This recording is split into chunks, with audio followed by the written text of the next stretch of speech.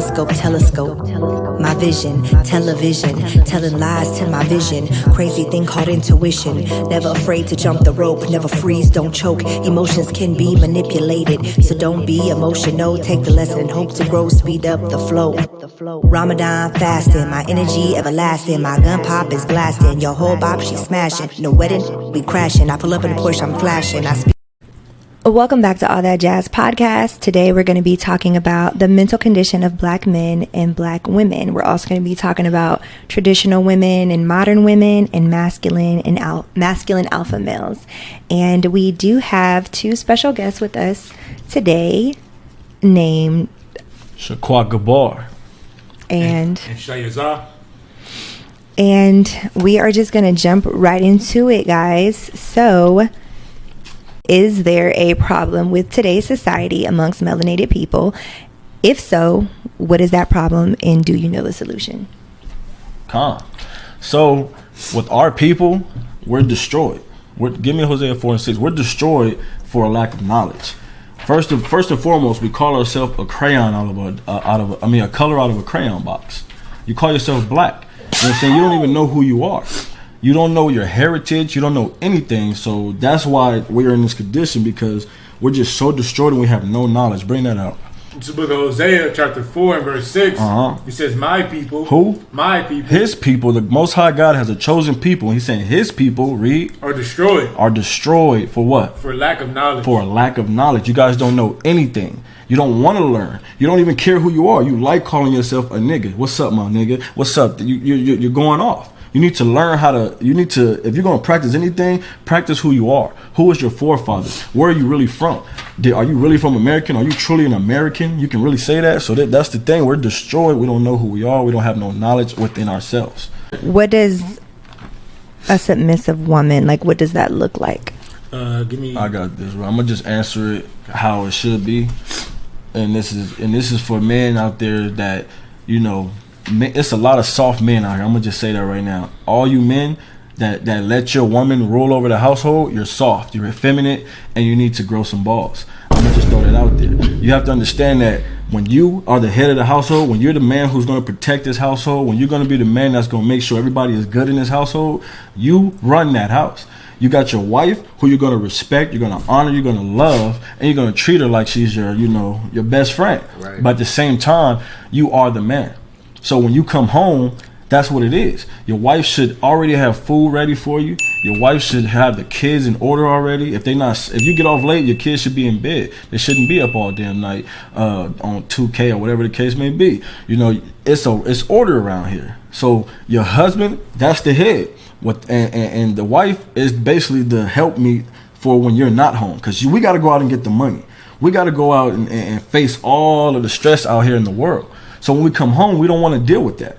You know what I'm saying? We want to come home to peace, love, our family, a place where we want to be. So all you men who, when you come home and your wife is just already giving you a hard time after you already had a hard time out there, you need to pick up your balls and be a man. Right. And I wanted to say also, women shouldn't feel like, I hear this word, people keep saying that women keep saying that they're oppressed by men for that reason. You know what I'm saying? Like, right. Oh, he want me to be submissive to him. I feel controlled and oppressed. No, it's not about controlling. The woman should feel honored, and she should feel a crown on her head whenever she's at home being a lady. You know what I'm saying? Right. Cleaned up, not outside with her feet all on the ground. You know what I'm saying? Back hurting from, moving bricks or sitting in an office chair. You know what I'm saying? Driving all day. You know what I'm saying? You should feel like a princess, the fact that your man is willing, you know what I'm saying, to go outside, get his hands dirty, you know what I'm saying, get blood on his shirt, you know what I'm saying, have his knees buckling, you know what I'm saying, and then he come home to you, and then you cater to him. So with that being said, do you think women shouldn't work?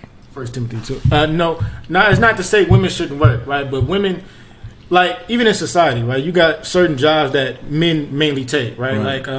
Like the oil refinery, for example. Right. Mostly, who do you see there? Men. You see men. Yeah, mm-hmm. A woman can do it, sure, right, but not at the capacity or the capability of a man, right? Because there's obviously physical differences between a man and a woman, right? Women should mainly take jobs that are nurturing and catering, like a nurse, a doctor, you know what I'm saying, a social worker, you know what I'm saying, someone who makes art, you know what I'm saying, singing, you know what I'm saying. Those are the occupations that a woman should take. So like, yeah. For me, a woman, I don't think she should work. That's just me. I feel like a woman should stay at home and make sure the house is good. You know, the man, he needs to be the man and make that money.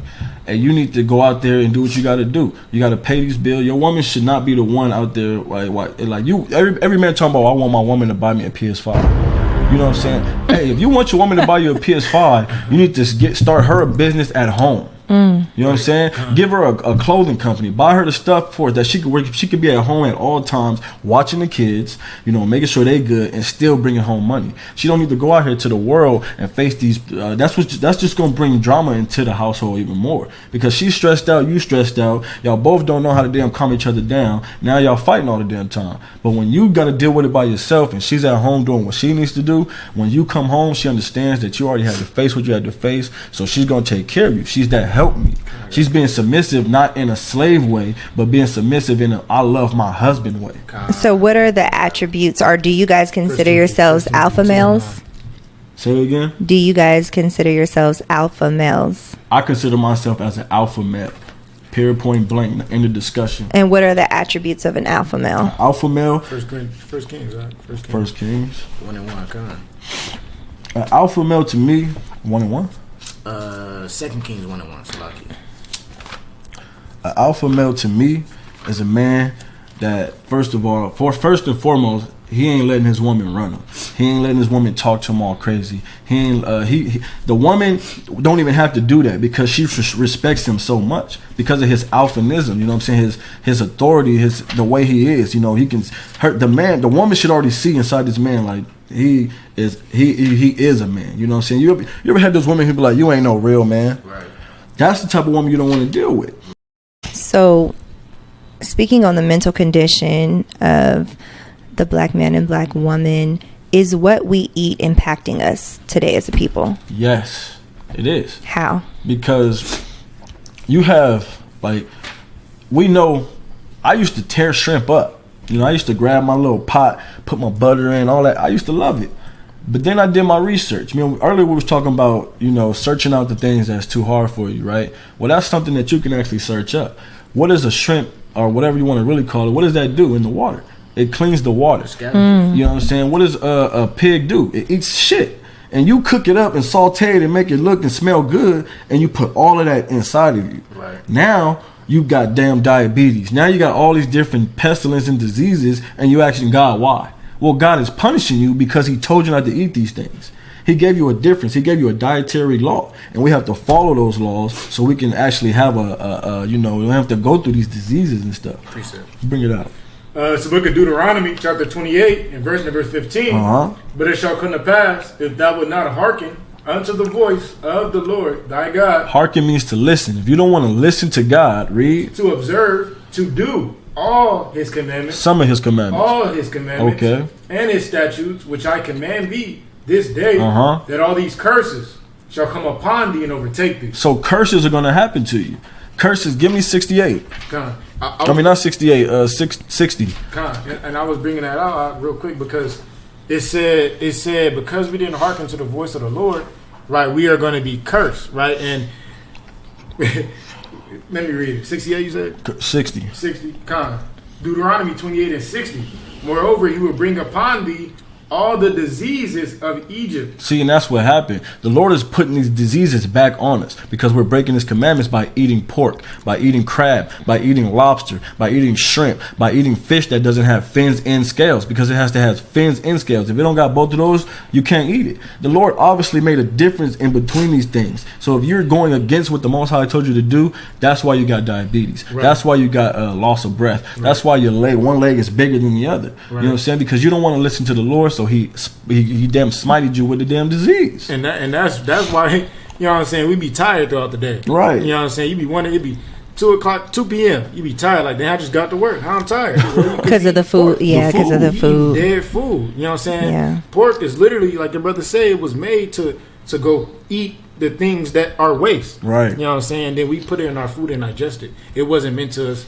it wasn't meant to be as food for us. You know what I'm saying? When you read Leviticus chapter 11, the whole chapter, it gives us the dietary law. You know what I'm saying? You think because you put salt and pepper on it and you put a little fire on it that it's clean now?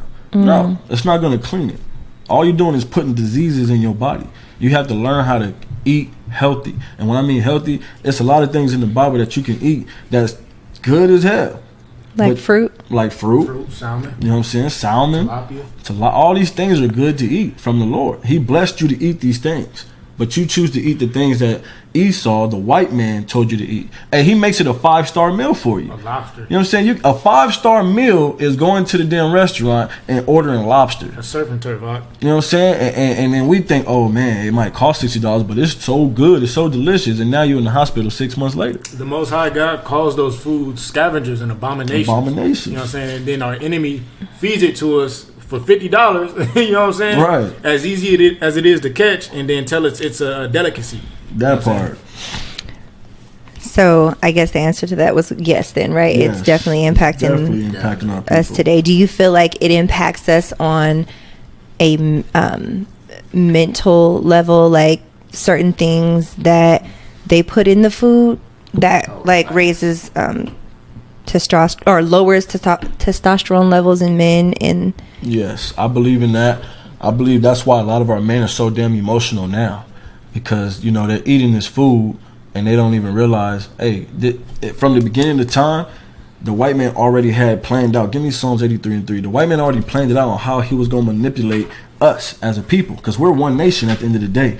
And the white man has already stirred it up in the pot, said this is how we're going to do it, because we need the women to be ruling over the men, so the kids can grow up like that and not have that alphaness teaching and have that more of a feminine teaching. There's no reason why if you go to the hoods in LA, the hoods in Vegas, you know what I'm saying, what you going to see? You're going to see Popeyes right here, 7-Eleven right here, a little liquor store right here, and then a little Chinese food spot right here. Right. But then you go to Summerlin, you know what I'm saying, you go to Beverly Hills in LA. You got the coffee bean. You got Sprouts. You got the coffee bean. You know what I'm saying? You know what I'm saying? You got a Starbucks, and you got a Whole Foods. You know what I'm saying? You got all these different Sprouts. Right, Sprouts. And sure, we can go there, you know what I'm saying, but what? We ain't got no money. We're wasting gas. You know, one thing, we ain't got no money for that. One thing that I noticed, like, because growing up in the hood, and then as I was like a young adult, I started like shopping at Whole Foods and Trader Joe's and stuff like that. And I couldn't believe, like, they don't even sell like Tampico. Damn. That was or Sunny D, and then when you look at that, this is like syrup. Damn. But that is something that you can't even find in the stores. And see how they put it in the health food stores. They know what to put in our stores, but in their stores, they don't want their kids to grow up with that. So this next section is a little bit of yes and no. So just yes or no answers. Makeup, yes or no? Yes. No. Wigs and weaves, yes and no? No. BBLs, yes or no? No. Filters, yes or no? No. Traditional women, yes or no? Yes. Yes. We had to think about that. Modern women, yes or no? Yes. No. Modern? Oh, I thought she said modest. Sorry, Salata. Modern, no. Okay, so let's go to the BBLs and stuff. So you guys said no to wigs and weaves, no to makeup, no to BBLs, no to filters. When you guys are on social media, do you mean to tell me that you do not look at any of the women that have any of these things? So for myself, yes, I do. It's the way how we are now. You know, we see these things, it attracts us. But these things only attractive for a time. If you really, if that's what's gonna, if you're gonna get a woman off her looks, it's not gonna last that long. Right. It's only gonna last for a short period of time, because once she finally takes that wig off and that makeup off, and she look like a damn roach, are you still gonna be with her?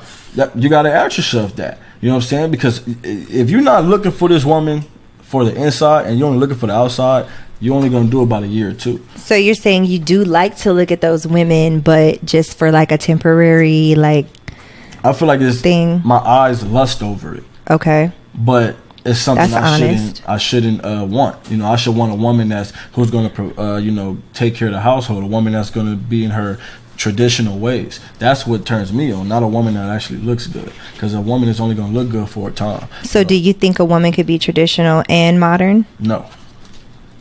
Okay, so I was going to say, as far as the makeup, I think there's a limit.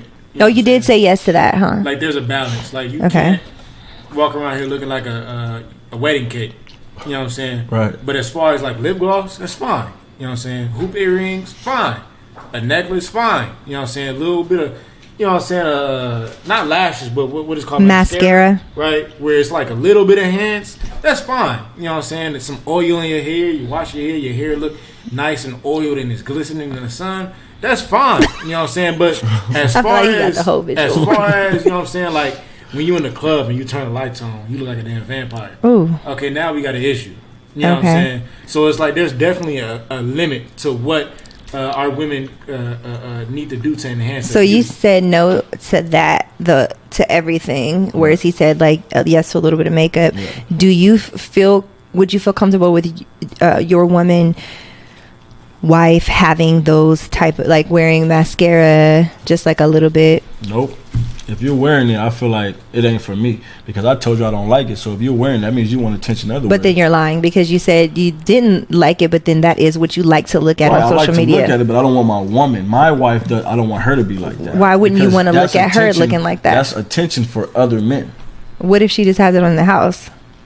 If she just wears it around the house? Yeah, like what if she puts a wig on and some lashes for you at the Nah, I don't want that. She being fake.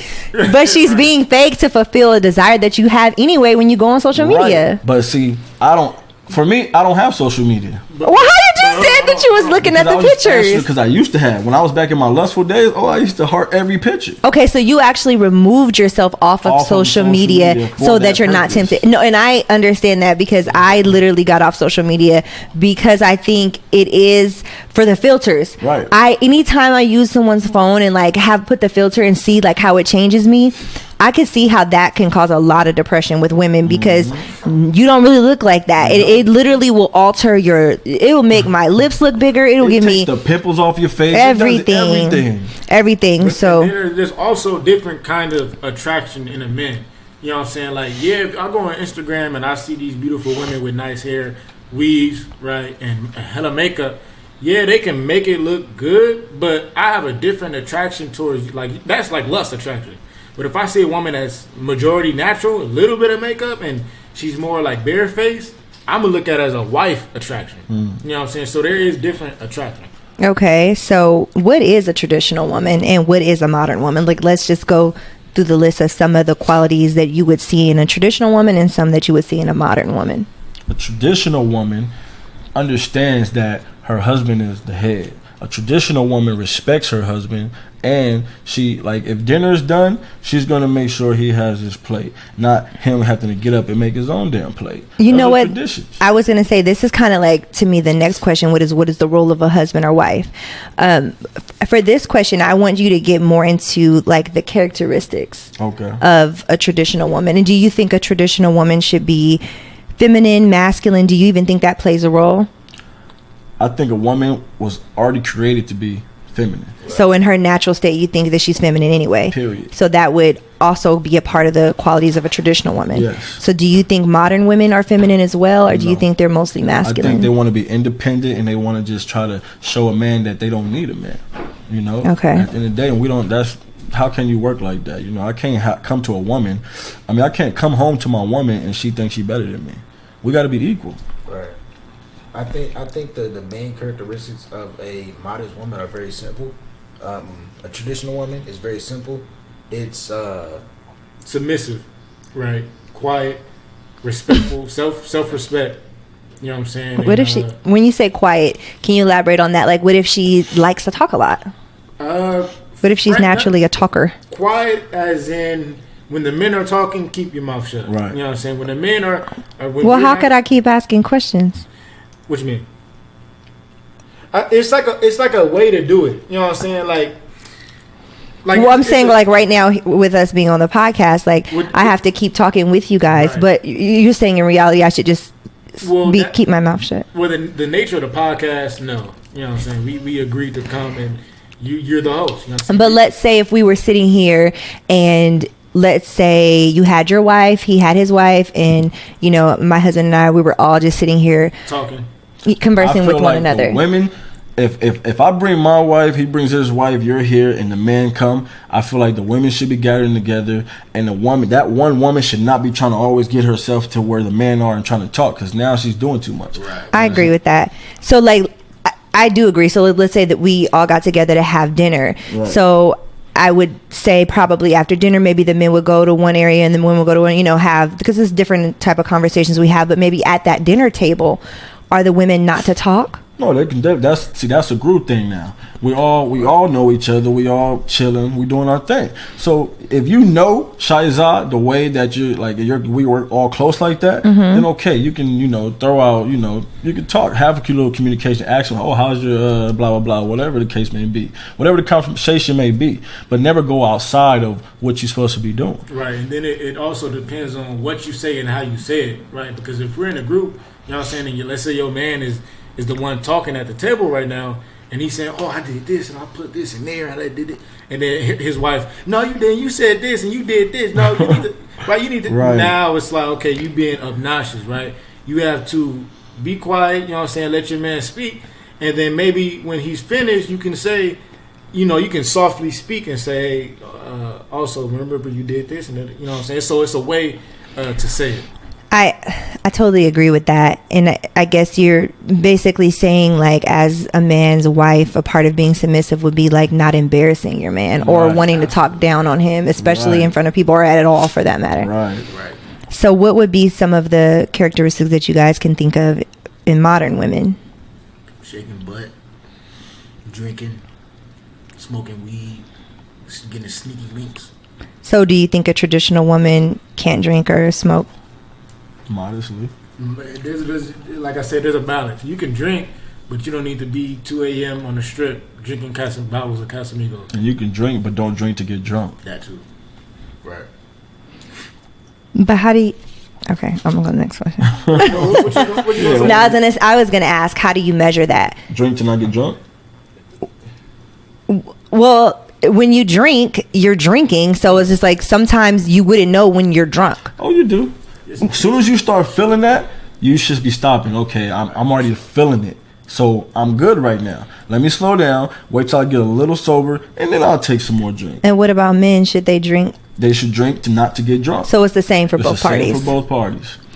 So with that, okay, let's just go over like 3 characteristics of a feminine traditional woman. 3 characteristics. Feminine traditional woman.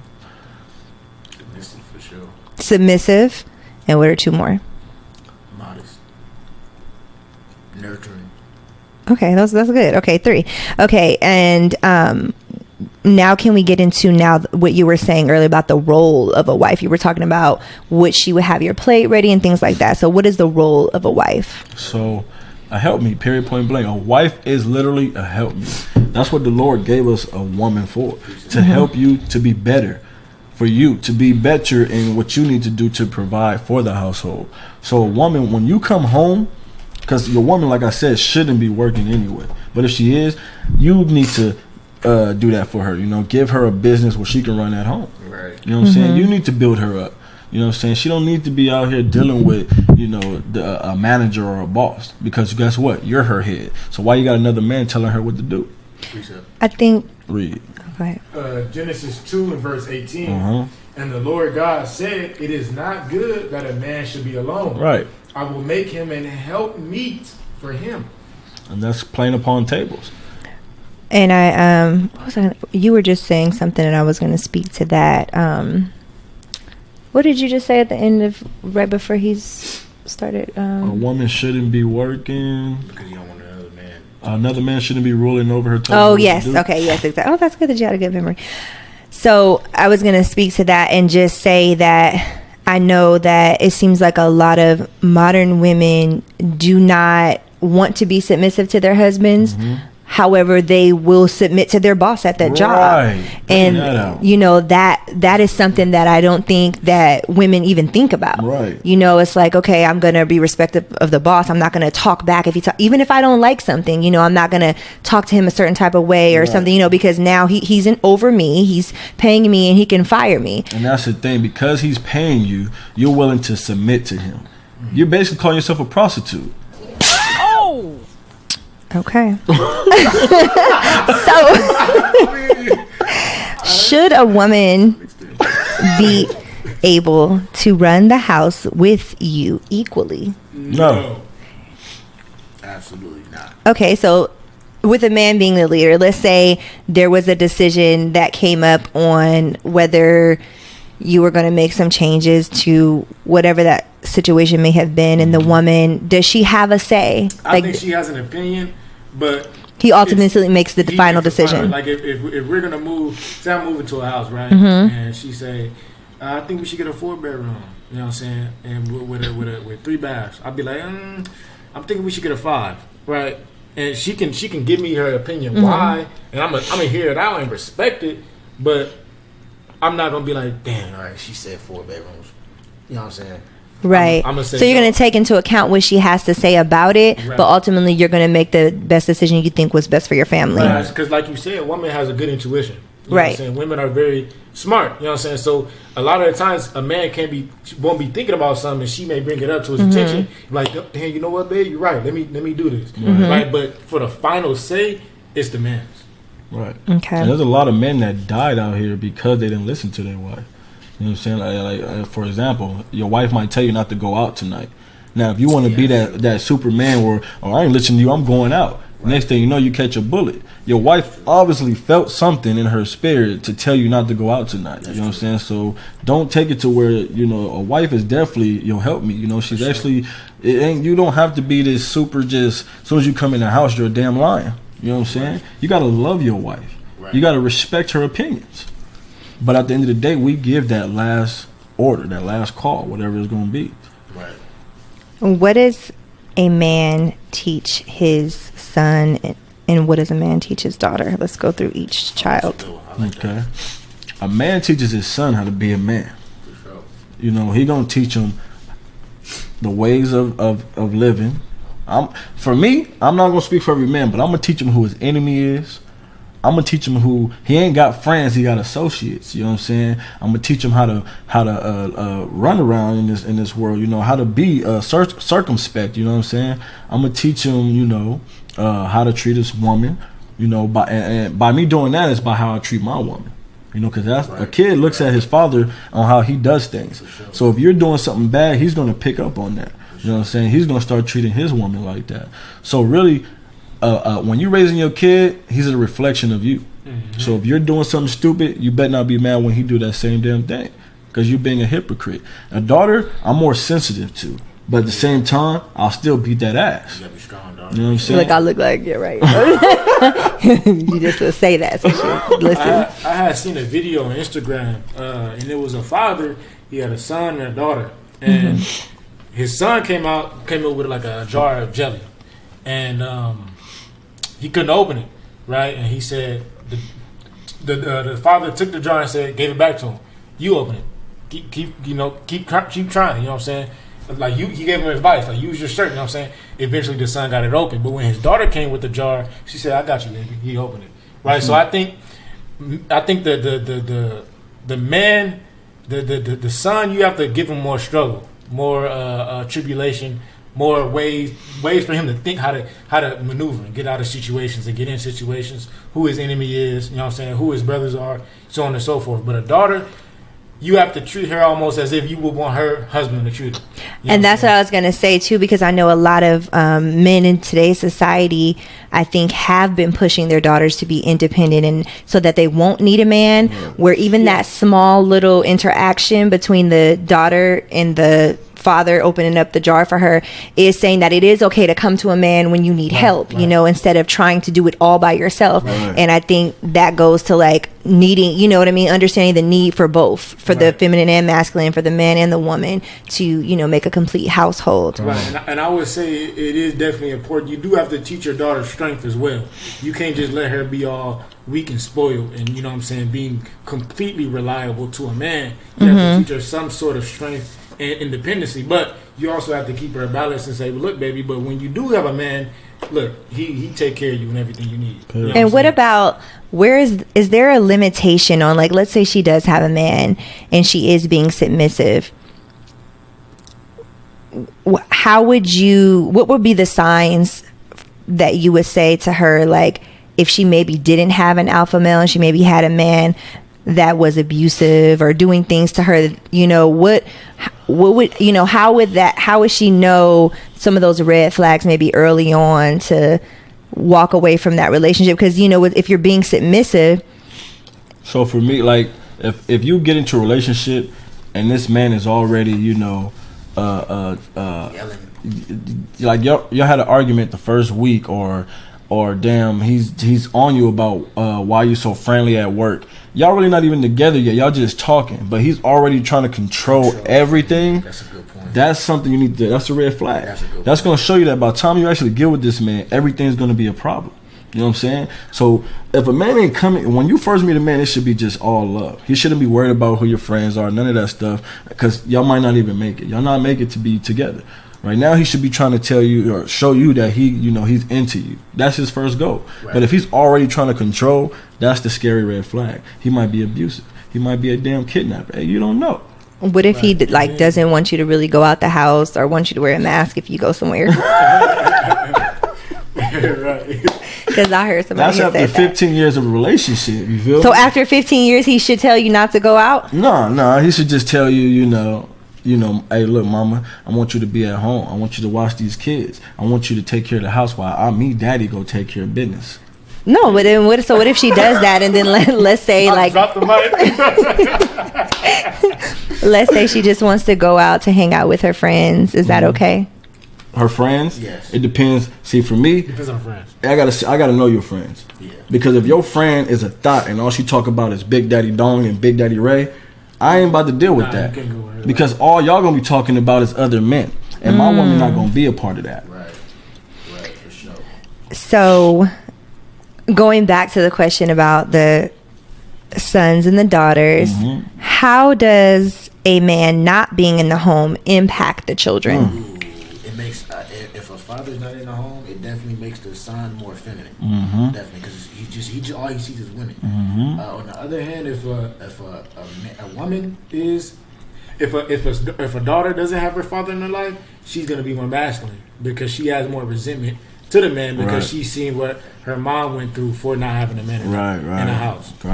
That's just from experience and what I've seen too. So we talked about some of the red flags when a man meets when a woman meets a man. Now, what are some of the red flags that a man could look for when he meets a woman? Like when he is looking to pursue a woman, what are some of those red flags that you think? Her apparel, what she wears. If she talk too much. If she too loud too. When you say talk too much, you mean just talk a lot, or you mean because one said you said loud and you said like when a woman should be shy. A woman should be shy. If she's open to just going crazy with conversation and stuff, like, hey, what's your name? Oh, hey, that's a red flag. Hey, what you doing? She should be shy. She should be humbling. She should be, soft. She should be, when you talk to her, you got to do all the work to try to show her you into her. She don't need to be showing interest in you. You know what I'm saying? Right. You have to gain that interest from her. That's right. You know what I'm saying? So that's how I look at it. That's a red flag if a woman is just coming off doing too much of this. She need to be a shy woman. What about if she has tattoos? Yes or no? No. That is such a definitive. Like, what if she had them before she found modesty? Right. If she has, you just said no. Like, so right off the gate, you're like, oh, she's out. She's done. She's not out for some fact. I got tattoos, but I don't agree with them no more. But once upon a time, I didn't think it was nothing wrong. So if she has a tattoo on her face, like, would you talk to her? Not the face. If she repents, I wouldn't even. If it's in the face, I wouldn't even look at you. Period. Point blank. Me neither.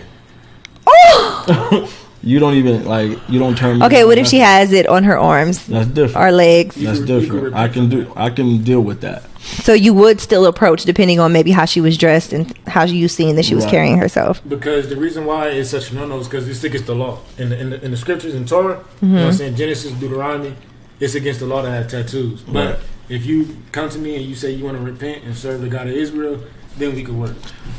So when you're meeting a woman, because you just said if she comes to you and repents and says she wants to serve God and go on a different path of righteousness, how long do you give that transitional phase to take effect? As long as she's showing effort, she can have all the time she needs. But if she ain't showing no effort at all, hey, I got a door and it's big enough for you to fit through. What if she eats pork? She's out. Oh, I'll give her the benefit. What if she eats shrimp? She's out. Look. And she's not repenting? What do you mean? She's not saying. Let's just say she doesn't know. Let's say she grew up in a different type of circumstance. I'm gonna show her why she don't need to be eating pork, shrimp, crab, and lobster. Now if she's like, well, I don't care, I'm gonna still do it. No, what if she's like, you know what, you're right, and then you guys go, and you guys go out to eat, and then she's like, oh, they just got a little bit of bacon on it, Nope.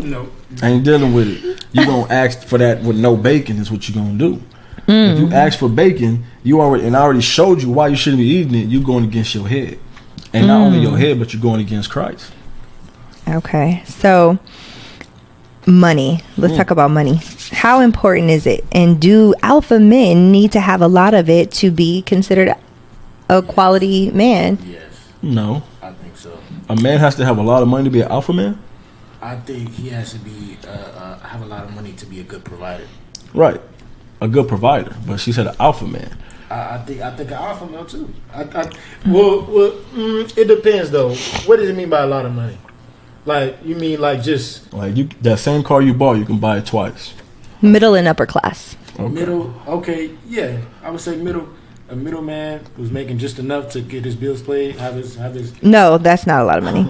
I mean, middle or upper class, they have money in abundance. Do you feel? Yeah. Do you feel that is an important part of being an alpha male? And even if you don't have an abundance of money, do you think that it's important to acquire that? I know on one aspect people may look at money as the root to all evil, but on the other aspect you need it to sustain your family. So what are your thoughts on that? I feel like for me, the alpha male, it does play a big role, don't get me wrong, because not having money can bring a lot of tension into your household. Sure. But at the same time, if that's something that's really bad in your household because of the money, then y'all might not even be good for each other anyway. Because when you got married, you said through it all, you was going to be down with this man. And he was going to be down with you.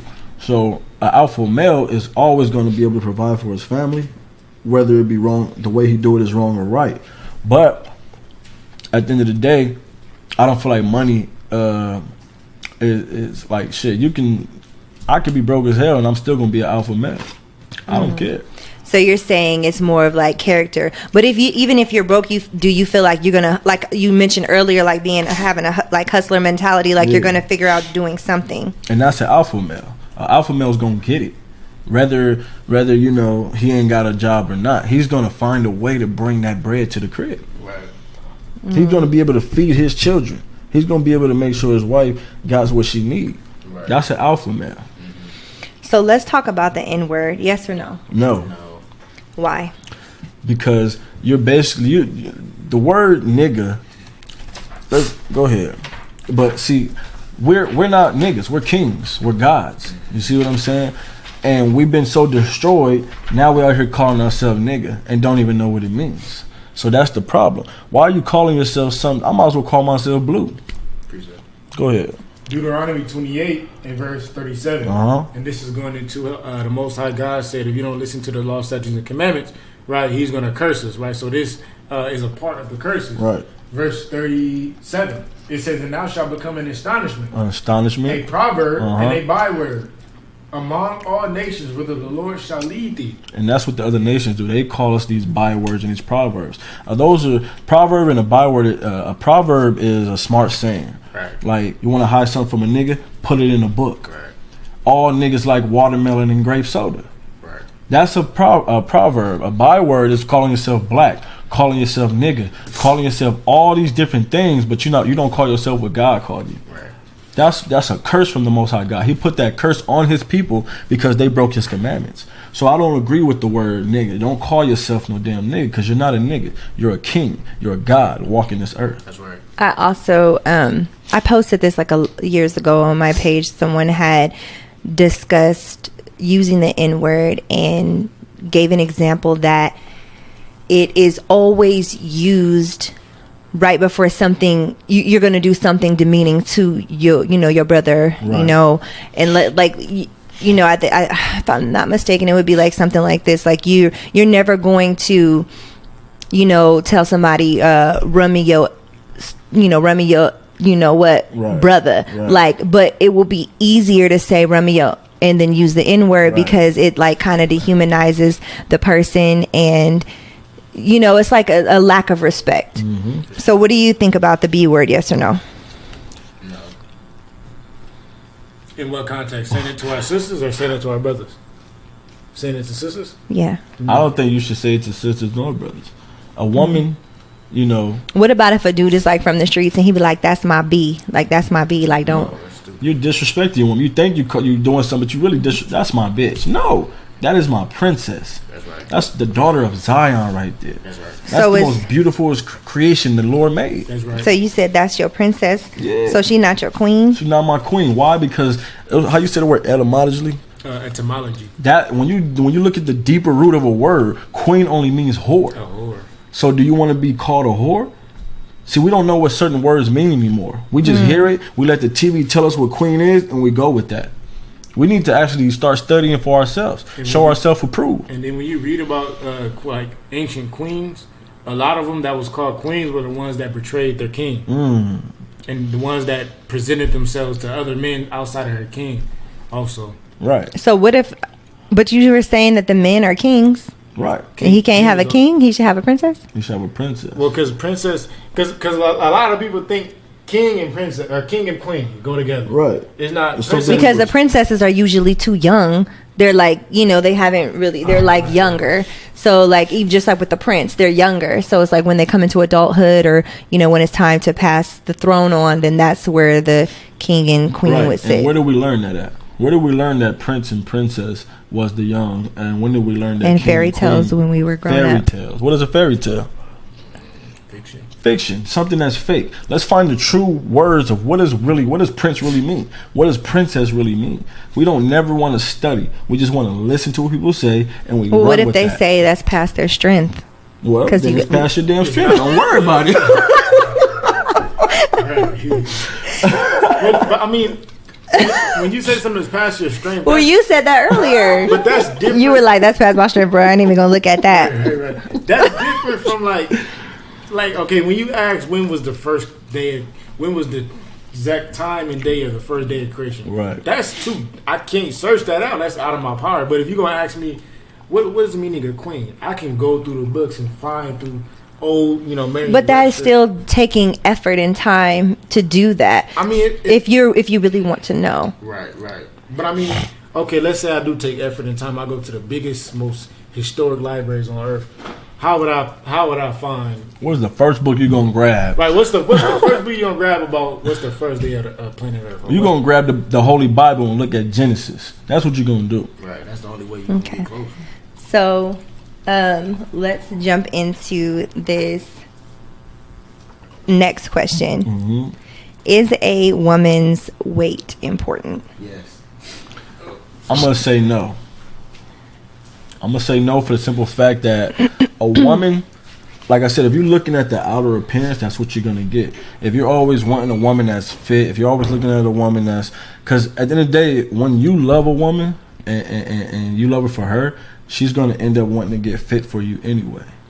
You know what I'm saying? But when you're making her feel bad about herself, it ain't gonna do anything. It's only gonna make her sit there and continue eating them damn tater tots and damn Pop-Tarts. Well, I don't think you should make her feel bad about herself, but I would say, like, when you think of feminine, you don't think of a huge woman being feminine, right? If your woman is bigger than you, is she really feminine? Because now she's like weighing more than a man. Right. And a lot of people would look at feminine qualities as one of them being fit, like being fit, being friendly, cooperative. When you say fit, are you talking about like when she flex, little muscles pop out? Or No, just like being in a healthy weight for her height and age. I definitely agree that plays a big role. Like, a woman should be that way, but I'm not gonna not talk to a woman because of that.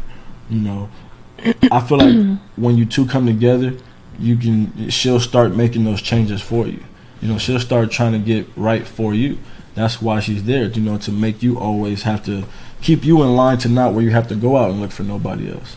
So she's always trying to make herself. So truthfully speaking, if you're going out and you're looking at a potential partner, you mean to tell me that you're going to look at like a severely overweight woman rather than looking at a woman that is slim and looks like she takes care of herself? I don't look at the appearance.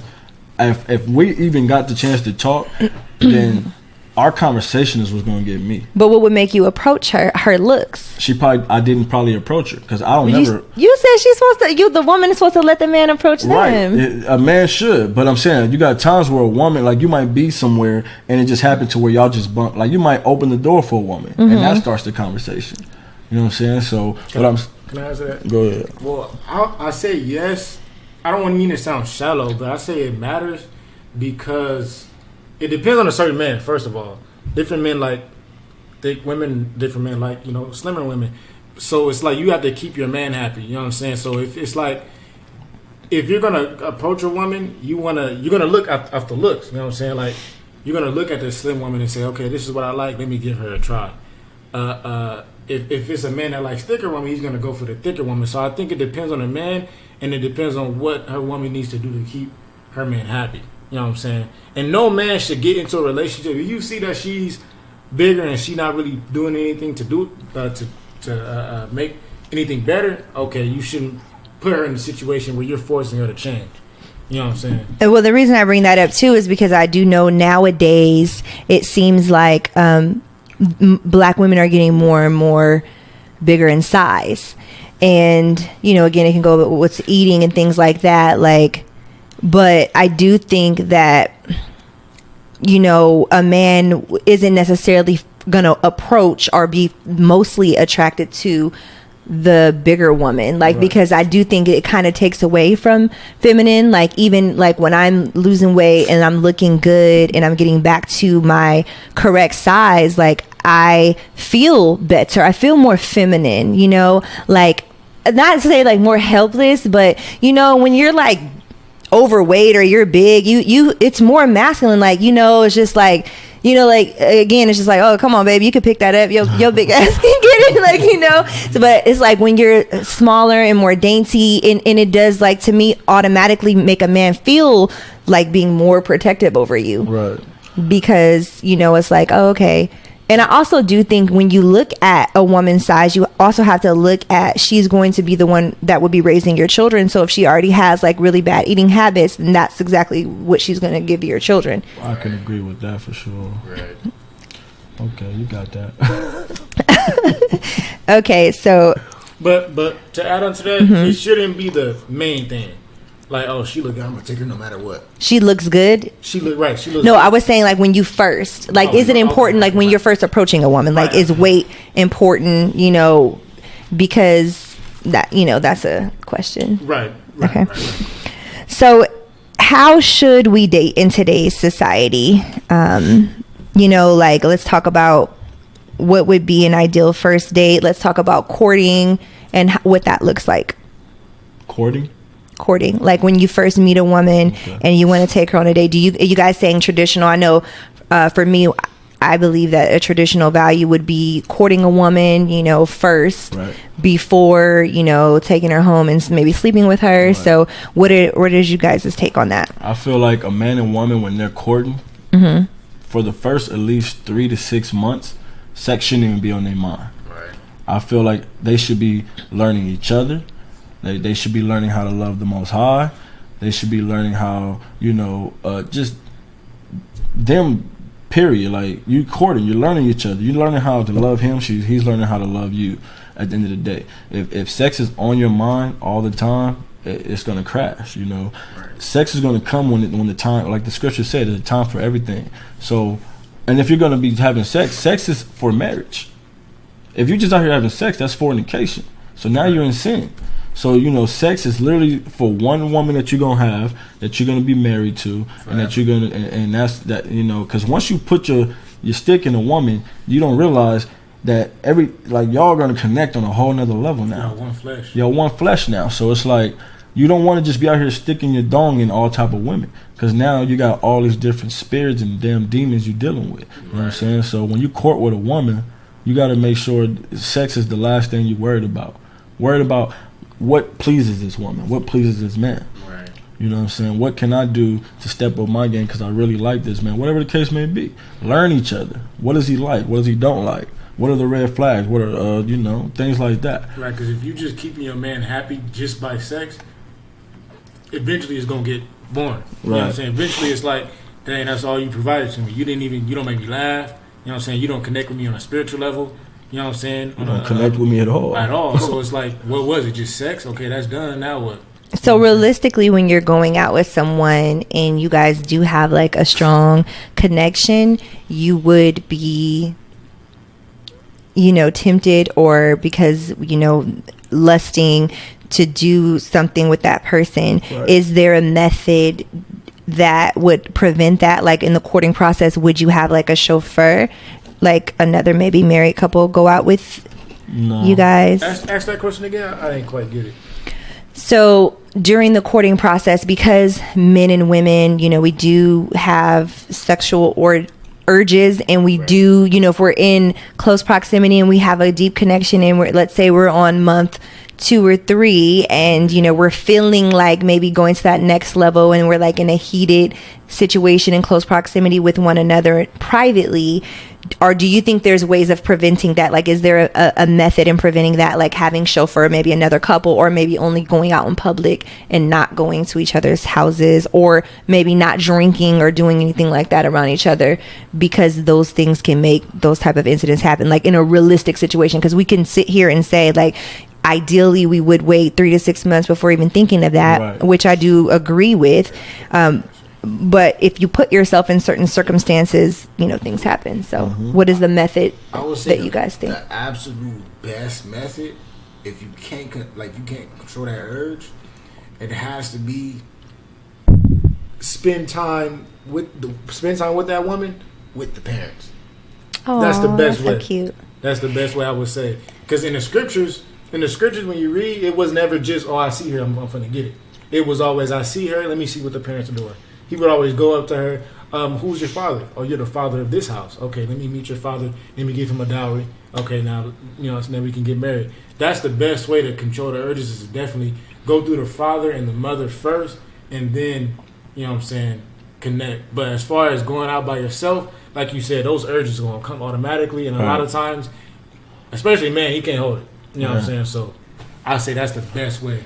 Women too. Okay, so polygamy, polyamory, or monogamy? What's polyamory? What? That is when a man and a woman both deal with other people. Like, they may have a partnership, but they both deal with other people. No. And then you guys know what polygamy is, right? Like, where only the man is able to have like multiple. I believe in that. So you guys don't believe in monogamy, or if out of the 3, you're choosing polygamy, right? I would choose polygamy. Monogamy is okay though. Okay, so why choose polygamy? Let's get into that a little bit. So I feel like that's better because for me, you're building a nation, You might have the first wife. She might not be able to have kids no more, you know, and you still might want kids. It's easier with the money situation, the living situation. Instead of thinking carnally about just sex, you're thinking about how it can be easier for you guys as a whole. You know what I'm saying? Making life easier for yourselves. Now, there's nothing wrong with just having one wife, no. But a man also has very, very strong urges. And it's hard sometimes to fight those lust demons, you know.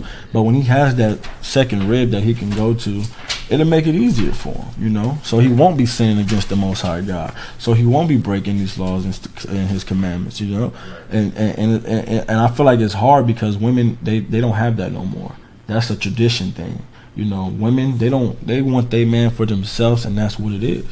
They cannot see another woman, you know, even touching their man. I would say, I say polygamy, right? I think it depends on the man, right? Looking at scriptures, typically polygamy was for men that were of high stature, men that had land. So, like, what is modernly known as a high value man? Right. So, okay. I think if you can provide financially and provide, you know, a nice big home for the family, you know what I'm saying, enough food for the family, you know what I'm saying, a mode of transportation for the family.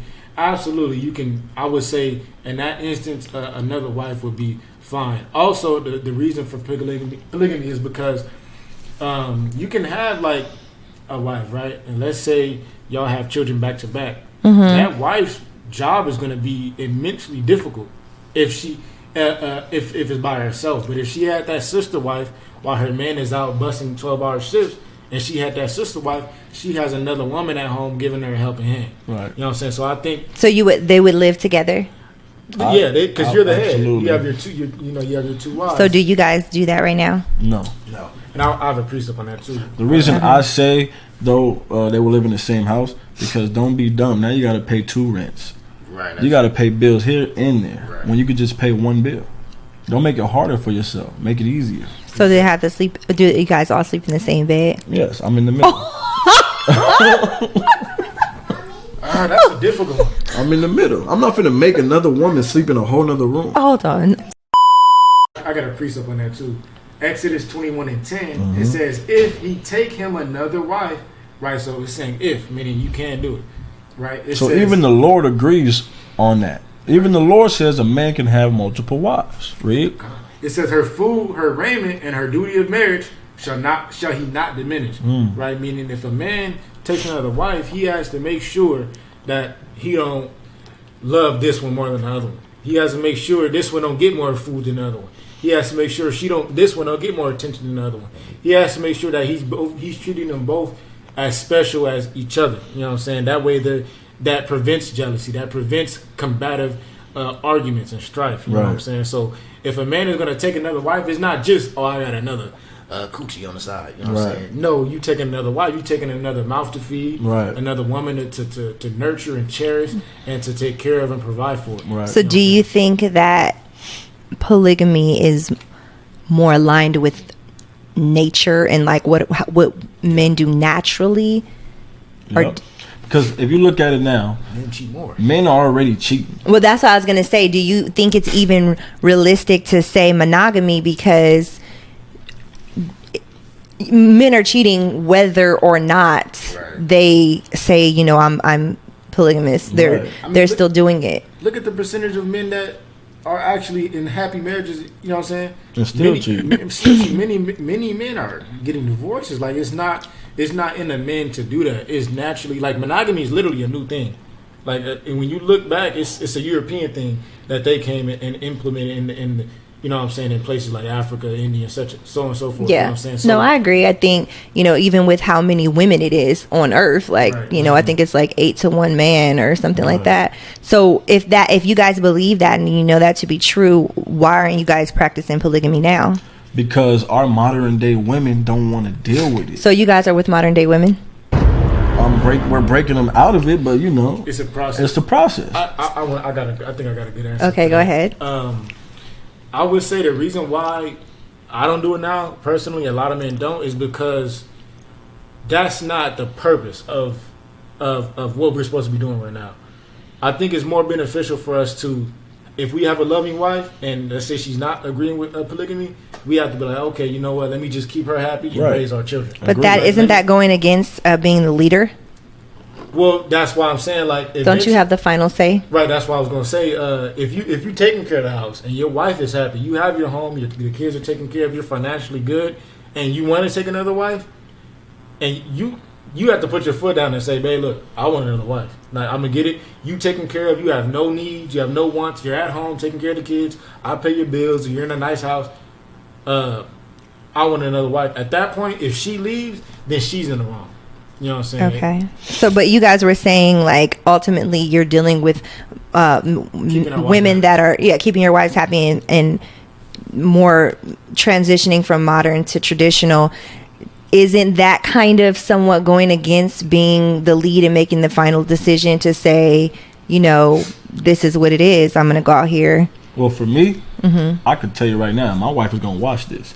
If I want another wife, I'm going to do it. It was at this moment that he knew. We'll see. And she's going to have to disagree with that. Okay. You know, if she, like he said, if she leaves, she leaves. But you're saying you're not doing it to keep her happy. No, I'm not doing it because I'm not ready for that. Okay, so you're not ready to take on the responsibilities of another wife. To feed another wife and you know, take care of her needs. I already have to deal with one right now. If I can't do it to both, why try to bring another one in? That's fair. My wife gonna see this too, and she gonna be pissed. For real? Be real, she gonna be pissed. I'm gonna start seeing text messages like, "Oh, we not." Really? She gonna be pissed. So. But does she believe what you believe as far as? She believes everything except that part. You know what I'm saying? She sees the benefits in polygamy, but she still wanna know. Like, she's really jealous. So it's like I don't want to jeopardize my household and my family because she doesn't agree with it, right? I feel like it's more powerful for me to raise up a nice household and a strong family versus me having, let's say I get two other wives who agree with it. I just left the one that had my family. Right. You know what I'm saying? So in the moment that in a place I'm in and certain other men, I feel like it's more powerful for you to build your household and have a strong household and a loving wife and a loving husband versus having another wife. But like you said, if at any moment I'm taking care of her and I'm being a provider and a good man to her and she's in a good house, at that point I can put my foot down and say, look, I want another wife. You know what I'm saying? And if she leaves after that, she would be in the wrong because a woman, once she gets with a man, she can't leave. Right. So with most women not accepting of polygamy or men being with having multiple wives, wouldn't that just be what we like? Why a lot of men are just cheating and doing it behind their wives' backs because you know the wives are not okay with it. Because she burned, like the man is burned. The man, he wants another wife. He's burning in his flesh. Like, dang, like she look good. I would like to have sex with her too. And so it's like, wait. But look, another thing is too. A man has to fill his void. You know, he needs a new conversation. He needs a person that he can vibe with, a way of just chilling with another woman. Right. You know, he needs that new. You know what I'm saying? You've been with a woman for multiple years. Things kind of drain down a little bit. Y'all can't have the new conversations no more. You can't learn her no more. You know everything about her. You want that new, fresh woman where you can start learning about her again, learning how you could be better again. Because now you're so damn what's that word? Stagnant. You're right, because you two know each other like damn the back of your hand. So looking for like new inspiration, right? Now I compare it to real quick. Forgive me. I compare it to like if anybody eats spaghetti for 10 years, 12 years, you can be like, damn, the spaghetti good. It's filling me, yeah, but I'm gonna try something new. I want some macaroni and cheese. Eventually, you know what I'm saying? This just made me hungry instantly. Eventually, that macaroni and cheese, I'm like, damn, this macaroni and cheese been good, but low key, it's good, tastes good, but damn, I want some cornbread. You know what I'm saying? So choices. It's compared to like that. You know what I'm saying? But it's not to say that you don't love your woman though, because a lot of women think that like, oh, he want another man because he don't love me no more. He don't want me. That's not what it is. I love you, my first. I love you. I put my life on the line for you. But there's other beautiful women. You know what I'm saying? So what do you think about like if a woman feels that type of way as well? Like that would be like in polyamory where, you know, you wouldn't be willing to, if she said, you know what, I'm okay with that, and then I also would like to, you know, It's not in the scripture, but I wanted to finish the question real quick. Finish the because come on, I want to hear this shit. Well, okay, so only I just want to play like both sides here and say, so I understand and I do get where you guys are coming from. Like you said, like after you've been eating this same meal for 10, 15 years, you want to try something different and spark a conversation with a new person and just like maybe feed off them or be inspired by them, not taking away from the love that you may have for your wife. Now, what if she is feeling that same exact way? And she wants another man. That's unacceptable. That's what you're saying? She wants another man? She wants to take on another husband. Okay, so let me deal with that. It's the same as your children. You're going to raise your son different than your daughter, right? Mm-hmm. Right. So a woman, if she has another man and she gets pregnant, does she got to go find out who the daddy is? No. She don't? It's both of y'all, because y'all both. If she got a husband at this house and a husband at this house and she fucking both of them, she got to go find out who the daddy is. Yeah, right. Yeah. But if I got multiple women, do I got to go find out who the mama is? If I know I've had sex with this woman and this woman is not pregnant, but she is, do I got to find out who the daddy is? The daddy? No. No, because I'm the daddy. Right.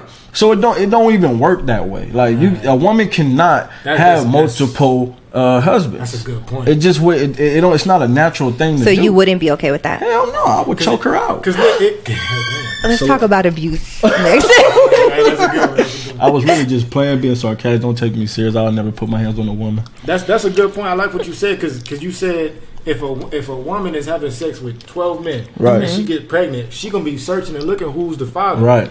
Not 12 men, but if she took on a second husband. Right. But if you guys were if you guys were brother husbands. That don't even sound right. See how we laughing at that? Well, you said sister wives. Right. But that sounds so good. What about brother husbands? You guys are living in the same house together and First and foremost, when you in a house, there's one king. So how the hell y'all gonna make that work? You can't have two alpha wolves in the same pack. They're gonna fight. You can have two. Somebody gonna die. Right. You can have two feminine energies because women don't have a combative spirit. Women have a very feminine, nurturing, caring, loving spirit. You know what I'm saying? Men have a combative, territorial, this is my woman spirit. You know what I'm saying? So for a woman to have a possessive spirit, like this is my man, that's very masculine. I believe. You know what I'm saying? Because it's even innate. So are you guys as wives masculine? No. You just said for you to say this is my man only is masculine. I believe it is masculine. I do believe it is a tad bit masculine. You know what I'm saying? Because our women are not made to do that. Our women were indoctrinated to say this is my man, this is mine. You know what I'm saying? And if he get with other, I'm gonna choke her out. I'm gonna kill her. I'm gonna kill him. Well, do you think though that there can be maybe some imbalance with a man taking on another wife, or even if he just cheats and steps outside of the relationship?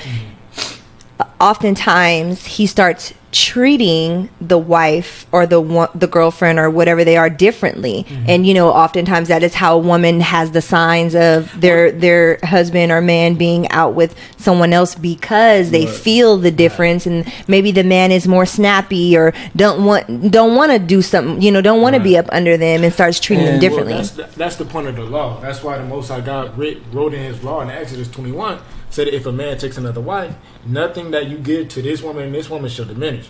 You have to equally give them both the same treatment. You know what I'm saying? The same love, the same money, the same attention, same back rubs. Everything has to be the same. You know what I'm saying? So to prevent that from happening, you know what I'm saying? So Okay, so now let's talk about being militant. How important is that? That's very important for a man. At the end of the day, if you got a man who say I don't want no guns in the house, he's a buster.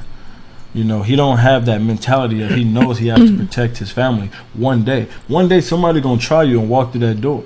What if your hands just don't work the way they used to? Well, what if he just has faith in the Creator that the Creator's going to protect his family? Well, the Creator put it in the mind of us to create weapons, so that's why we got them. I would say So, do you have guns? I got hella guns. Okay. Do you have any on you now? I got one on me right now. On your hip? Yep. Want to see it? Are you allowed to shut up? I keep a strap on me no matter where I go. If I go to damn church, I don't go to church. But if I went to church, I bet you to be on my hip. I go to my grandma's house with my gun. I go to my, you know what I'm saying? I go to, hey, if a person told me I don't allow guns in my house, that's why I got a CCW, because you're not going to know what's on my hip.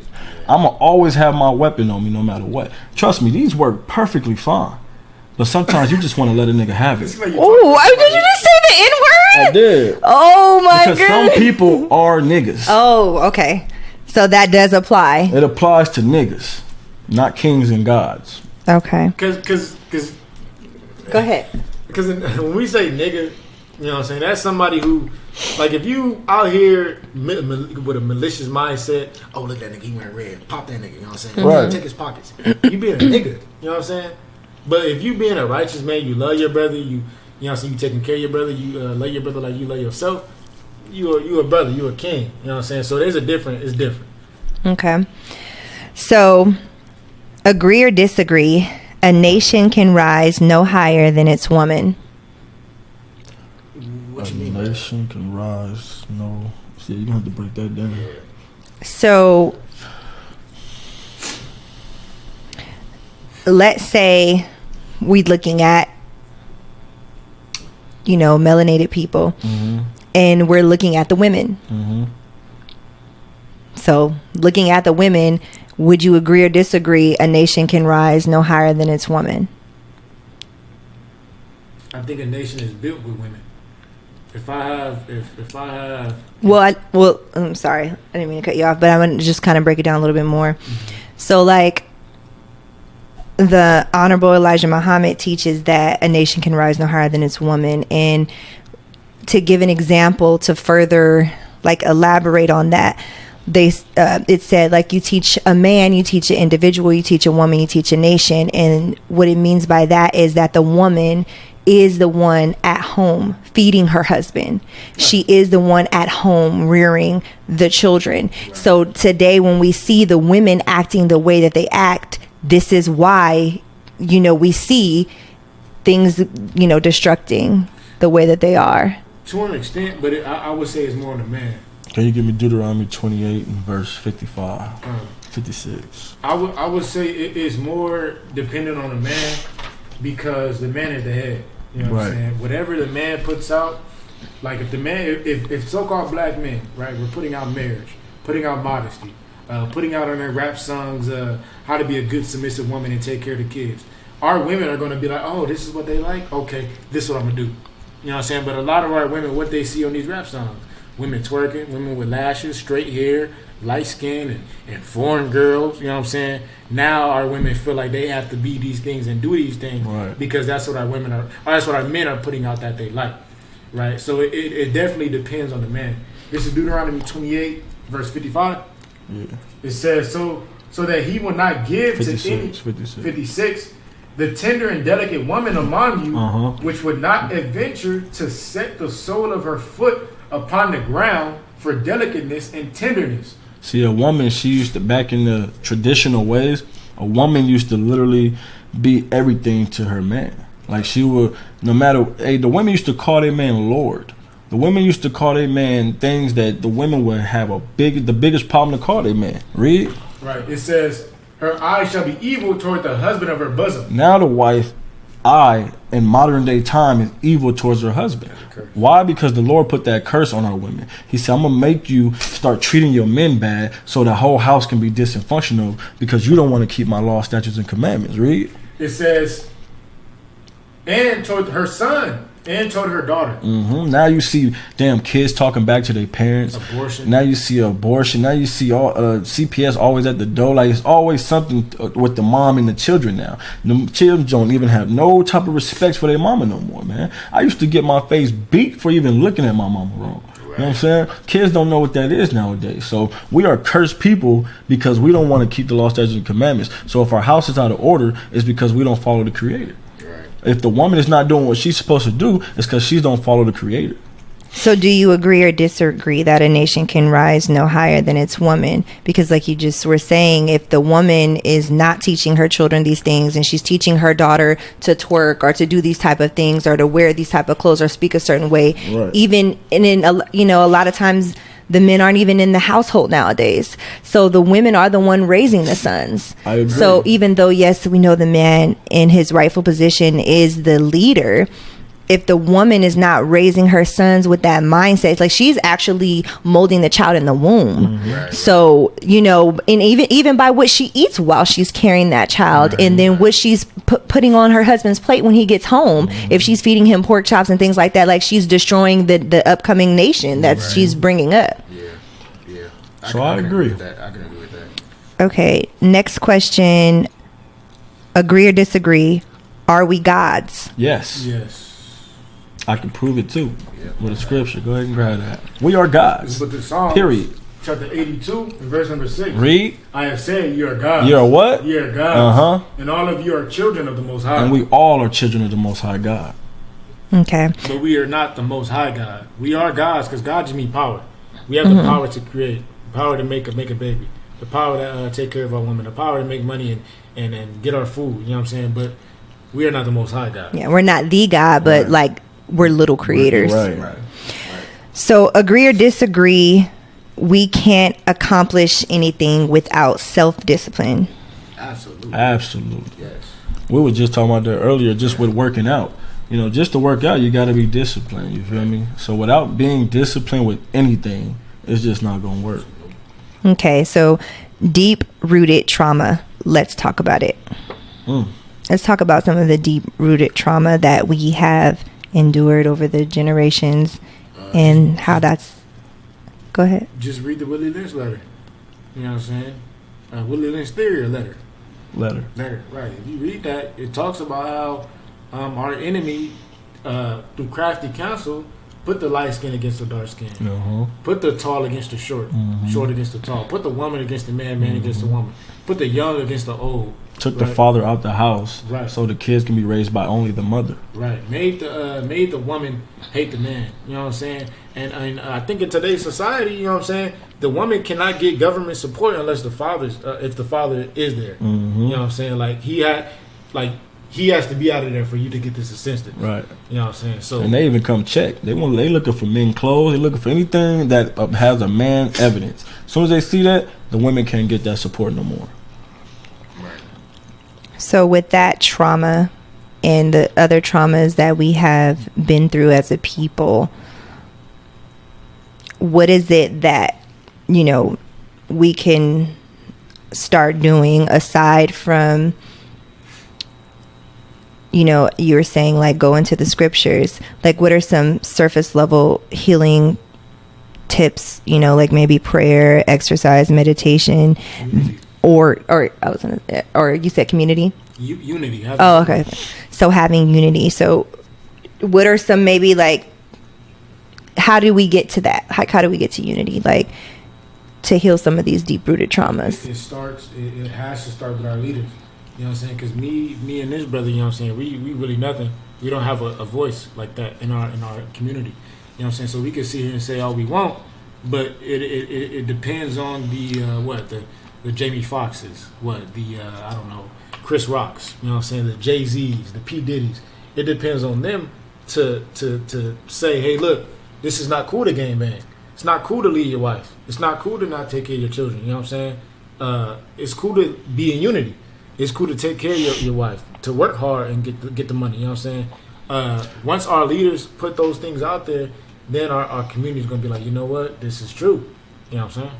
But knowing that they're never going to do that, I was just thinking that when you we have to literally come together, think about land, think about all these things that we can do if we come together. We can literally buy. I know they did that thing with the where they crashed what was that shit called? Where we finally built up something and they put it down. Oh, the Black Wall Street. Right. So in Tulsa, yeah. So basically, but hey, we need to, why stop because of what they did? We need to continue going hard no matter what for each other. Right. We hate to see our brother come up. Man. We hate to see a brother have more jewelry than us, a better car than us, a better house than us. When you should be like, man, good stuff, my brother. Hey, teach me how you did it. You feel me? Oh, man, we need to come together.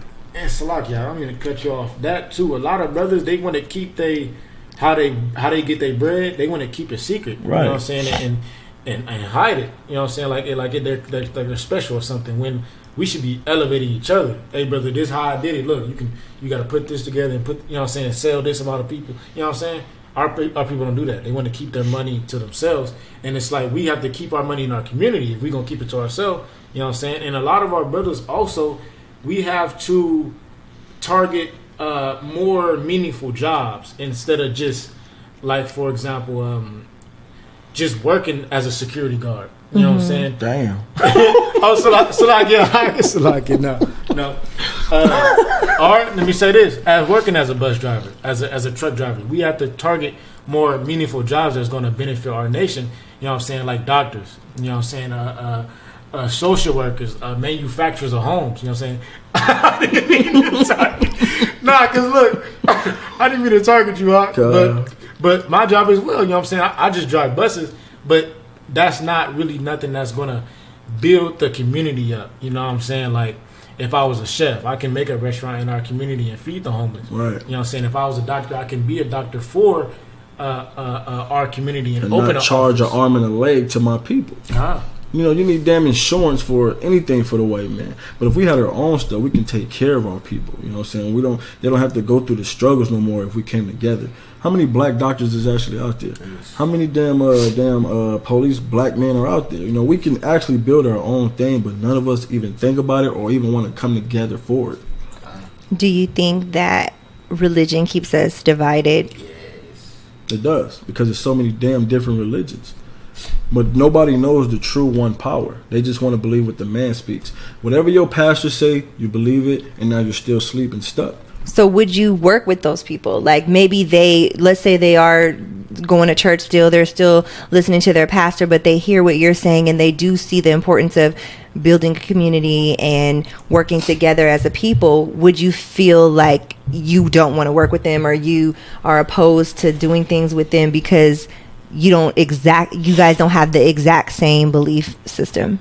I would say, yeah, it's okay to work with them, because whether or not we do it anywhere we go. If we go to Jack in the Box, we're going to be working with people who don't believe. Go ahead. It's the book of Amos, chapter 3, verse 3. Bring it out. Can two walk together except they be agreed? And that's a question. You know, the Lord is asking a question. Can two people walk together and they got to be fully in agreement? You can't have this doctrine and he have that doctrine and y'all make it work out. Because something is going to happen to where something falls apart because of that. That's true. So then realistically, religion is something that is keeping people separated then, right? Because you don't even want to, you wouldn't even want to have a community with someone who doesn't. Nobody outside. If you ain't keeping these laws, statutes, and commandments to the best of your ability, I don't want to deal with you. What if they are though? But they just don't. But what if they are, but they just don't prescribe to? What if they're Buddhist and they don't? They don't know, like they don't believe what you believe because they were raised differently and they have a foundation of belief system. My job is to warn them, show them, and if they don't hearken to that, then I just wipe. The blood is off my hands. I leave it alone. I don't want to deal with them no more. But I'm going to give you the opportunity to show you the facts, the proof, not just through the Bible, but actual facts in history. I'm going to put them all together. And if you don't want to come to that and understand that that is the truth, then obviously the Lord not dealing with you anyway, so why should I? Right, because it's like you got to understand, like, when we read this, it is the truth. When you read it, it is the truth. There is no, oh, but this is your truth. This is your truth. This is what you believe.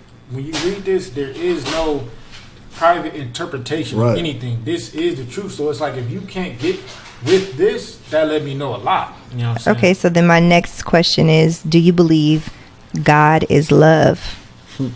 Yes, he's love and hate. He's both. He's balanced. He's a balance. Okay. Well, the reason I asked that at this point is because you said that you wouldn't want to deal with someone that wasn't doing the exact same thing or but you know, seeing out the mission or the purpose the exact way that you are. However, they may still have some of the same attributes and they still may be vibrating from a place. I think I was talking about believing God is love and stuff. Okay, so I was saying if someone does do the things in their life and their lifestyle that align with the commandments in which you believe, but they're prescribing to a different way of, like, you know, maybe they don't have prescribed to a religion at all, you know, but you do see they vibrate at a high frequency of love. You know, for instance, like, I have family members who may not believe all the same things that I believe, but, you know, they have love in their heart, and then I see the good that they do. You know what I mean? So I'm not going to say I wouldn't build a community with them just because on this, you know, because again, that's the whole point of keeping us divided, right? Because there's going to be all these different things out there, and we're going to say, oh, we're not going to deal with these people because, you know, they may believe a little different, but there could be somebody that does prescribe to exactly what you prescribe to, but they could actually be a shady person. You know, in different religions, you know, just we have like janky preachers and, you know, janky people in any type of belief system. But I think you're more so going off of that energy that I feel like is that God energy, is like emitting at a love frequency. So I think that is more of a measurement to judge, because then if you can do that, then you can look at actually having unity amongst, because we're like divided we fall, you know, and united we stand. So I do think with these small things, and not to say like if someone obviously is on a completely different page where they're like, oh, we believe, you know, robbing and killing, and, you know, we want to rape our women and do things like that. I'm gonna have to edit that word out because it's gonna flag it. So if we want to, you know, do harm to our women or things, you know, or women that are like, oh, we're gonna, you know, go sleep with people's husbands and things like that. Like, obviously, those aren't the type of people we want to build a community with. But if we have like the same principles and the same moral compass, and we can say, okay, we're going to go by these things, you know, I don't see why you wouldn't want to. But, you know, that's just my perspective. I think in the world that we live in now, we have no choice to do that. So if somebody was to follow these things, sure, I'll do business with them. But I wouldn't invite you around like my wife or my children. But I'll do business, and we can open up a shop or do whatever. But the same like family love, I can come to this brother's house, he can come to my house, and we can kick it. I can spend it over his house and vice versa. You know what I'm saying? Yeah, because he believes in what I believe in. He fears the Most High God. You know what I'm saying? But it also say, like you said, it could be people that believe in this and still be shady. That's why you have to try a friend. If I see in his spirit, he kind of off. He kind of side-eyeing me in the corner, or just his vibe is just weird and off and hostile. And he right. This, then I'm gonna be like, you kind of off, brother. I'm gonna treat you like you somebody a heathen. You know what I'm saying? So it definitely depends on discerning the spirit of different people. But the society that we live in, yes, we do have to work and do business with other people who may believe some of these principles, but not all of it. You know right. Saying? No, and I agree with that too, because I'm very particular about who I have my children, who I will leave my children with is virtually really no one. Right. But, you know, there are few people that I feel that they're going to, you know, that they have this same belief system as me. They're going to respect certain things. Like, you know, I wouldn't leave my daughter with men, you know, because I just don't think that that's appropriate. Just, you know, my own personal thing. So, and then if I have my children around people, I got to know that they're not going to feed them the certain type of things that I don't eat. I don't eat pork, you know, we don't eat meat. Right. So there's certain things that I have to know that we're on the same page. So in that aspect, I definitely agree with you, just because we may work together, or even if we live in the same community because we bought this land, because you was willing to, you know, be down for the cause too. We can live in the same community. However, like you said, I may not be taking my children to spend the night at your house, or, you know, certain things, and maybe we'll even break bread together, but it wouldn't be as personal, obviously, as with people that, you know, it's like-minded. And then in addition to that, it's like we believe, right, and we believe in the last days, right, and we do believe with these last days come very terrible times, right, and that's killing, famine, nobody have food, nobody have water or light, and with those days coming that we believe, betrayal is amongst those days, right? So if I don't see the genuine fear of the Most High God in you that I believe in, right, I'm led to believe you're gonna be one of those traitors that say, "Oh, he live in this house. Right. He has a dog on this side. This is his secret passage. He hides his key under his rock." You know what I'm saying? Mm-hmm. Now it's like I can accuse you. I can not accuse you, but my best guess is that you're gonna do that, because in those days, our enemy, is gonna come rain down on us with rigor. You know what I'm saying? Yeah. He's gonna come knocking on doors and saying, "Hey, where's this person? If you don't tell me this person, I'm gonna do this to you." Right? Yeah. They're gonna have no choice but to do it. But if he did that to a brother that feared the Most High, if the enemy does that to a brother that fears the Most High, then I can safely say, "Oh, I'm not telling you where he at. I don't care what you do to me," and vice versa. You know Right. And that's very true. And I think that goes back to having that moral compass, and having that deep rooted within yourself. The thing about it is, though, that with that betrayal, like, there will be agents like that infiltrate amongst different, amongst the nation, amongst Hebrew Israelites and Christianity, like all over, in any type of, even some type of small group, collective group of people just trying to do something positive. There's always going to be an agent there that will play that part. I mean, even look at with the Black Panthers. Like, I don't know, did you guys know about like what happened with Fred Hampton? Did they make a movie about it? Yes, they did. Yeah. The Judas and the Black Messiah? Yes. Yeah. Did you see that? That was a good movie. So that was a prime example of, like, you really, my right hand man, you literally built up this place when I was in prison to that. Like, to me, I would think you're solid, right? Just as he did. Like, you're so solid. And then gave him his gave him the poison, but you trust, he was the head of security. Right. So, even when someone may seem like they believe, there's always I feel like there's always a possibility of a traitor amongst us, Sure. This is why you just probably shouldn't trust anybody. They got a gang quite amongst us. They do. Somebody's a killer. And you never know who it is. You never know who it is. And I think that's like facts, because literally you don't know.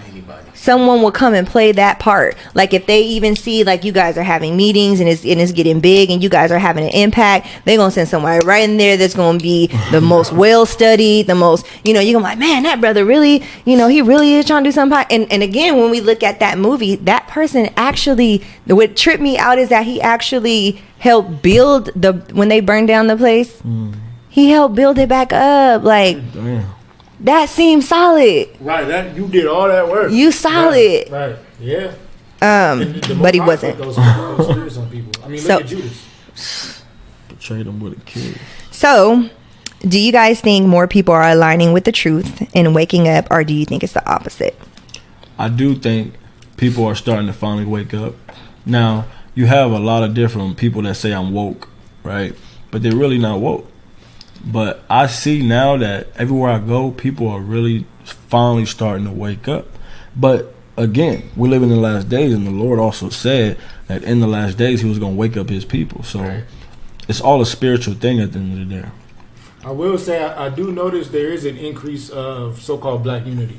There is an increase of brothers starting to realize, you my brother. You know what I'm saying? Whether they call themselves Israelite or not, I do notice our people are starting to really call each other brother. And I notice a lot of so-called black people are getting into spirituality. Although it may not be the truth, you know what I'm saying? They're seeking out the creator. They're seeking a form of God. Yes. You know what I'm saying? They're seeking a good diet, vegan, you know what I'm saying? They're seeking eating fruits and vegetables, and you know what I'm saying? But it still goes back to, you need to come back to this. You need to realize that you are Israelite. You need to realize that we are the Jews. We are cursed. You know what I'm saying? And we do have to keep these laws, statutes, and commandments. Yeah. I would say that I think that people are aligning with truth and people are going in the opposite direction. I actually feel like it's becoming a greater split now. Because I feel like there are, like, I can attest to what you guys are saying, there's more and more people waking up that, stuff I was trying to tell people years ago, and they're like, man, and they finally seeing. So I think a lot of people are, becoming aware and realizing, like, kind of like taking the mask off, or, lifting up the matrix, or unplugging from the matrix, so to speak. But then I also think there's a lot of people that I've seen that are like going the opposite way. So I think there's becoming more of a significant difference, like, in paths for people. Like, dang, these people that are really going this way and these people are really going that way. It's funny you say that because they actually said that they're in the near future. There's not going to be any more middle class. It's just going to be poor and rich. Damn. Yeah, I can see that. That's what I heard. That's why we need to come together, get some land, and we don't need to be in no damn community where it's either poor or rich. We just doing our thing. Right. So the last question I have for you guys is, how do you know what you believe is true? I know because of history, facts, prophecy, and just everything that the Bible says always comes to life. Right. Like, I didn't know that we went into slavery on boats. You feel me? It was in the Bible. I thought we was just damn niggas. You know what I'm saying? I thought we was just black people who the white man chose to come get. No, the Lord said if we don't keep his commandments, he was going to put us on slave boats and make us slaves. You can read that in the book of Deuteronomy, chapter 28. So to see these things actually come and be fulfilling, and you've seen it with your own eyes, that's why you have no choice but to believe it. And the Bible says in the book of Hebrews, faith is not by sight, Right. It's not by sight. Right. It ain't what you see. You know what I'm saying? It's you just got to believe. You got to have that faith. Right. And then it's like, also when you look at the law, right? When you read Genesis to Deuteronomy, the things that the Lord said to do and not to do, literally, just let's say one law. Let's not even say the whole law. One law: love your brother, right, and don't gossip. If you implement that law in all of our brothers' spirits, in the hoods, in the ghettos, to our sisters, to everybody, that will fix all the violence in our community. Just that one law. You know what I'm saying? Just loving your brother as yourself, and you know what I'm saying? Not the gossip. You know what I'm saying? Just that one law alone will fix the so-called Black, Hispanic, and Native Indian community. You know what I'm saying? That's where a lot of my faith comes from, aside from the curses, right? Because when you read the curses, the Lord said, if you don't listen to me, you're going to go into slavery on slave boats. You're going to hate your brother. You're going to leave your children. All those curses are literally predominantly in the Black community and Hispanic community, right? So that's also where we get our faith from. Mm. That was it? Yeah, I think that's it. And then also history. You know what I'm saying? You can always go through history. Like the fact that there are stones in Mexico, you know what I'm saying, that have Hebrew written on them, you know what I'm saying, that nobody apparently knows how it got there, right? So that lets us know that the so-called Mexicans, the indigenous Mexicans, the Aztecs, Incas, and Mayans, we know that those are our brothers. So did you guys always believe this, or did you guys have like that aha moment where you guys were, was you like born and raised, or was it like revelation? It was definitely revelation through the Holy Spirit. Also, me personally, I grew up around Hispanics, you know what I'm saying, and Native Indians. Most of my friends were Hispanic, so it's like once I come to this and I see like, oh, they are people, it's like, duh, you know what I'm saying? Like, I've always been with them. I don't feel a different spirit when I'm with them.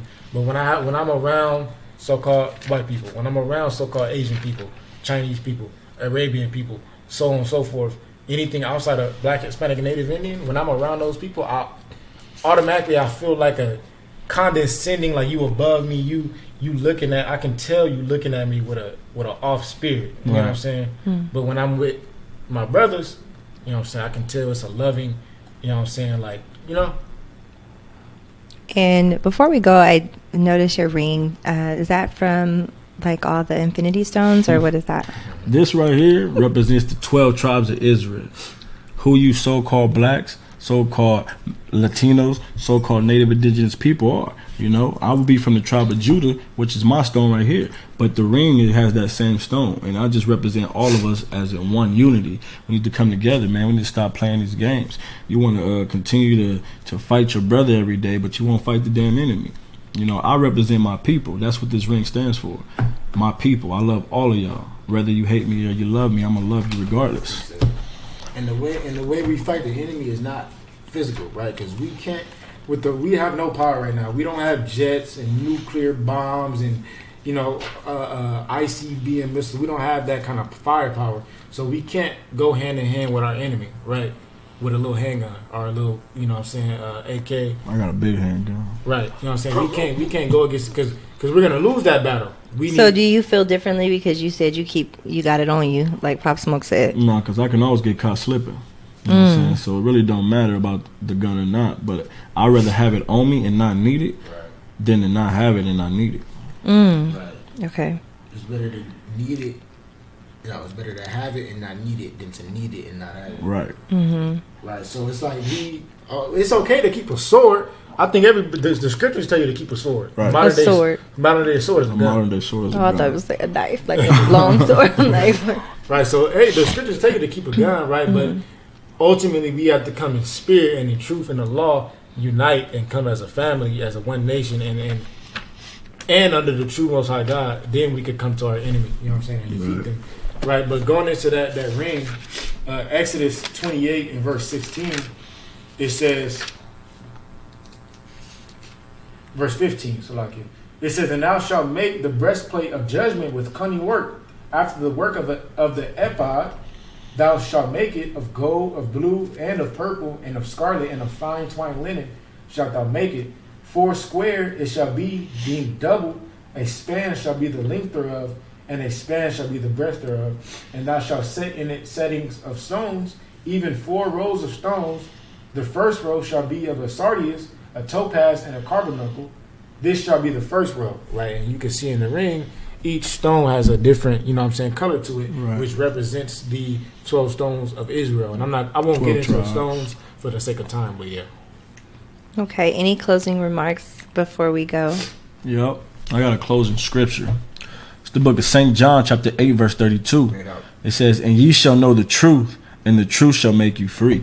You know what I'm saying? So all you people that's out there that's sleep still, all you people out there that's, not trying to figure out who you truly are, it's time to wake up, man. It's time for us to finally come together and do this right. Because, we're going to continue to be in these low ways if we continue to just battle each other.